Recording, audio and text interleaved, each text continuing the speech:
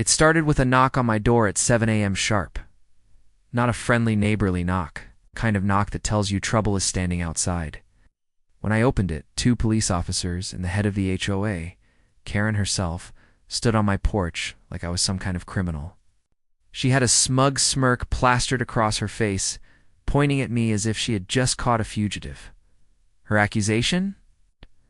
That I was harboring an illegal dog in violation of the HOA bylaws? The problem? I don't even own a dog. What began as an absurd misunderstanding quickly escalated into a full-blown war, complete with cops, lawyers, lawsuits, and a courtroom showdown. Karen wasn't ready for the truth, and she definitely wasn't ready for the receipts. I had only lived in the neighborhood for 6 months when Karen, the self-appointed protector of property values, decided I was her new target. My house was freshly painted, my lawn immaculate, and I followed every rule. Yet for some reason, she always found excuses to stop by and nitpick. You left your trash cans out 15 minutes past collection day. Your mailbox color looks a shade too dark. Your garage door made a noise when it closed. Petty nonsense. But the morning she arrived with the cops, she wasn't armed with small complaints. She came swinging with a major accusation. Officers, this man has a large dog inside his house, in direct violation of HOA policy section 14B, she announced proudly, as if reading from a script. The officers glanced at me. Sir, do you mind if we take a look? I laughed in disbelief. You're welcome to check every room. I don't own a dog. They did. From basement 2. Attic. They searched. No dog food, no toys. No barking. No fur, nothing. When they emerged, one officer shrugged. Ma'am, there's no dog here. Karen's smug look cracked, but only for a second. Oh, he hides it when people come over. I know he has a dog I heard barking last night. The cop shook his head. Ma'am, there's no evidence. Call us again without proof, and it'll be considered harassment. Karen's jaw clenched, but I knew this wasn't the end. 3 days later, I got a letter in the mail. It was from the HOA's attorney claiming I was in violation of HOA bylaws, facing fines of $200 a day until I removed my dog. I almost choked on my coffee. Remove my dog? Remove what didn't exist? I marched down to the HOA office. Letter. In hand, Karen sat there with her lawyer, smirking like she had already won Mr. Johnson. The lawyer began. Our records indicate multiple complaints about a dog on your property. Barking, running loose, and disturbing the peace. I raised an eyebrow.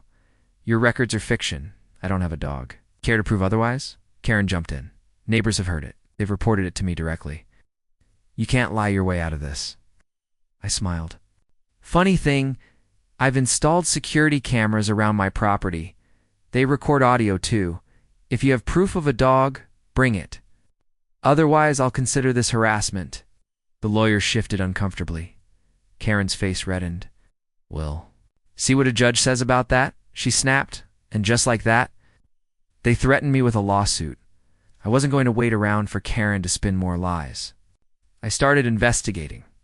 First, I pulled footage from my security cameras. Night after night, silence, no barking, no shadows of dogs, nothing. But then I caught something interesting.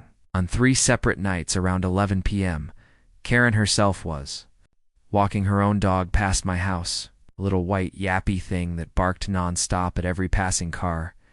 It hit me like lightning. She was framing me using her dog's barking. I downloaded the clips, timestamped them, and even had them backed up. To the cloud? Evidence. Airtight. A week later, I received official court papers. Karen and the HOA were suing me for violation of HOA rules, claiming I owed $4,200 in accumulated fines for keeping a dog. I laughed so hard I almost dropped the papers. They were suing me for a ghost dog. Still, lawsuits aren't a joke. I hired a lawyer of my own, a sharp-witted woman named Emily, who had dealt with HOAs before. When I showed her the footage, she grinned. "Oh, this is gold," she said. "Not only can we get the case thrown out, but we can file a countersuit for harassment and legal fees." Karen had no idea she was walking straight into a trap. Day of court, Karen strutted in like she owned the place, lawyer at her side.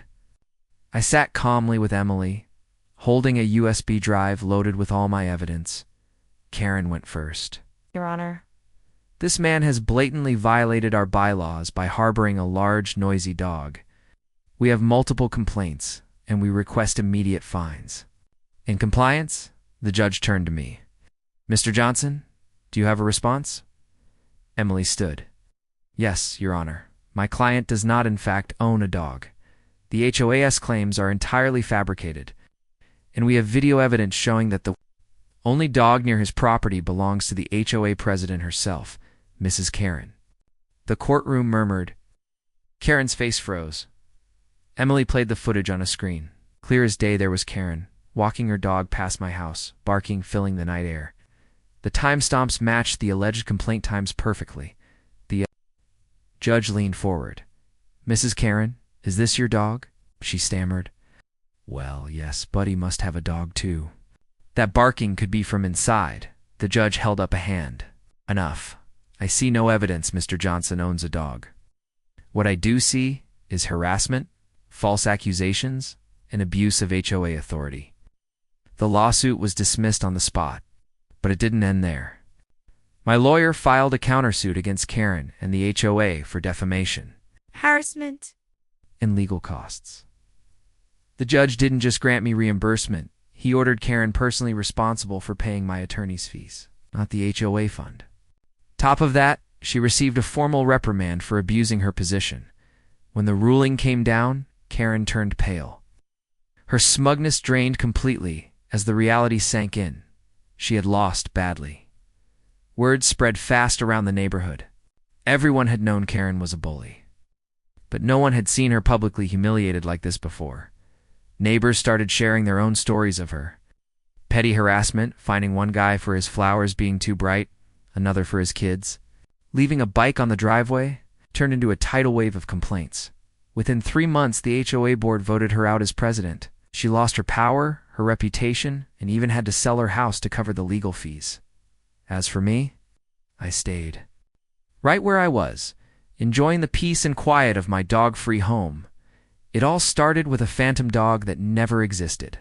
But in the end, Karen's obsession with control destroyed her instead of me. The best part? Every time I mow my lawn now, I smile, because I know Karen's probably watching from wherever she ended up seething, powerless, and forever remembered. As the woman who lost a lawsuit against a dog that didn't exist, this story is just the beginning. There is so much more ahead.